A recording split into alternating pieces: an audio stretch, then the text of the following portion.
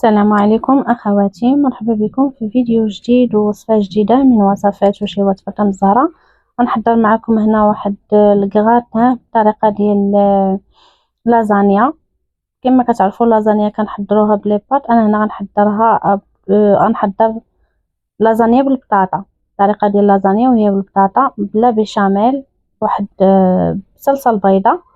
نخليكم اخواتي مع الطريقة اللي سهله، واهم حاجه في هذا الفيديو انها كتجي لذيذه، يقدروا يعتمدوها الناس اللي دايرين نظام طيبات بحالي. بالنسبه للكميه ديال شخص واحد يمكن لكم تحضروا الكميه اللي بغيتوا. وهنا غادي نذكر معكم حتى الانواع ديال الاجبان اللي غادي نحضروا بها هاد سميوها كغاطا ولا لازانيا، دبروا راسكم. هنا عندي شويه ديال الكفته اللي شحرتها بالملحه وشويه ديال الزعتر، وغادي نديروا هنا الصلصه ديال البيتزا مع هاد الكفته هادي. هنا غادي ناخذ مقله غادي نديرو فيها علبه ديال الكريمه ديال الطبخ،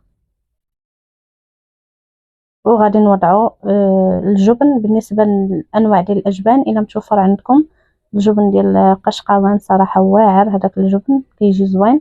هنا انا غادي نوضع غوده، يمكن لكم ديروا ايدام، يمكن لكم ديروا موتزاريلا اللي متوفر عندكم يمكن لكم ديروه. هنا سلقت البطاطا، بالنسبه للكميه كتبقى على حسب افراد الاسره.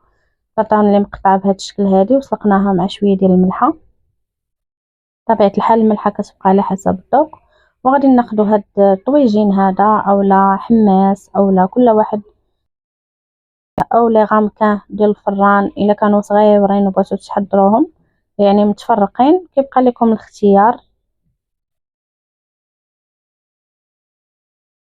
هنا غادي نستفو البطاطا بهذه الطريقه هذه. غادي ناخذ ديك الصلصه اللي درنا فيها الكفته، انا هنا رشيت شويه ديال الملحه باش ما تجينيش بطاطا مسوسه.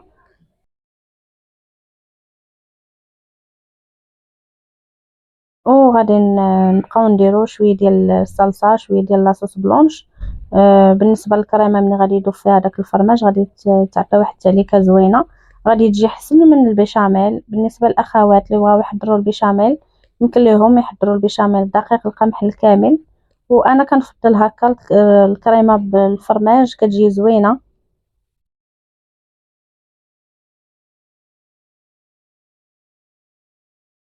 الا وصلتوا حتى لهنا اخواتي ما تنساونيش من واحد اللايك تشجيعا لنا فضلا وليس امرا. شكرا لكم بزاف على التشجيعات ديالكم، شكرا لكم على الدعم ديالكم المتواصل. الى عجبتكم الوصفه خليو لي الاراء ديالكم في التعاليق. بالنسبه للتعاليق ديال الفيديو اللي فات ديال الشوربه بالكورجيت،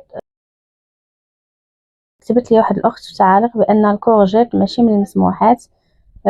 مرة غادي نبقى نحضر معاكم الوصفات بالمسموحات من درجة ثالثة.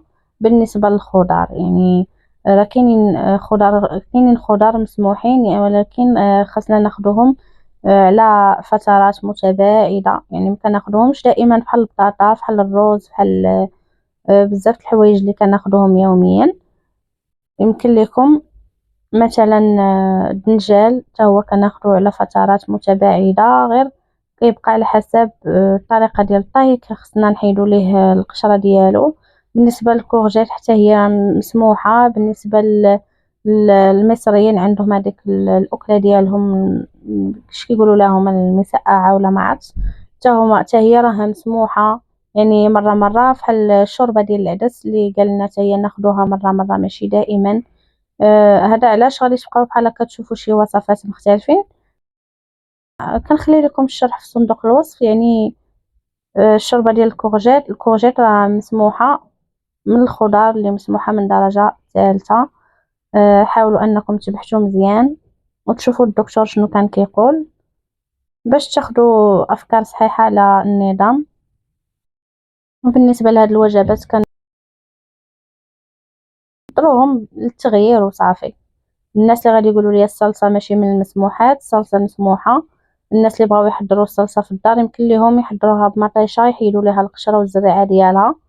هادو هما الشروط ديال النظام، وحنا باقيين كنكتشفوا في هذا النظام هذا. يعني شويه بشويه نقدروا بعض المرات نغلطوا ونديروا شي حاجه ماشي من المسموحات، ولكن كنكونوا حريصين. وكنتمنى التوفيق للجميع والله يشافينا ويشافي الجميع يا ربي.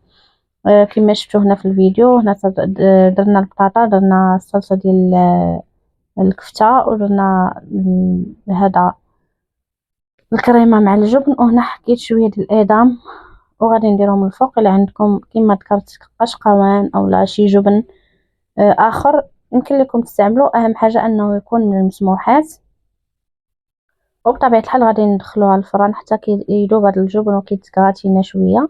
الا كيعجبكم انه يتكراتينا ماشي مشكل، الا ما كيعجبكمش خليوه غير يذوب الجبن وخرجوها. كتجي لذيذه، كتجي رائعه، وجبه متكامله صحيه وغادي تشبعكم.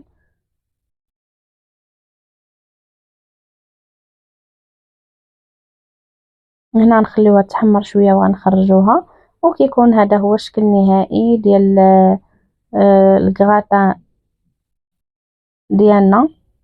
ما شاء الله كتجي لذيذه، جربوها بهذه الطريقه هذه وغادي تعجبكم. وهنا قربت نهايه ديال الفيديو ديالنا. غادي نقول لكم الى اللقاء، نتلاقاو ان شاء الله في فيديو جديد ووصفه جديده من وصفات وشيوات فاطمه الزهراء. مع السلامه اخواتي، دمتم في رعايه الله.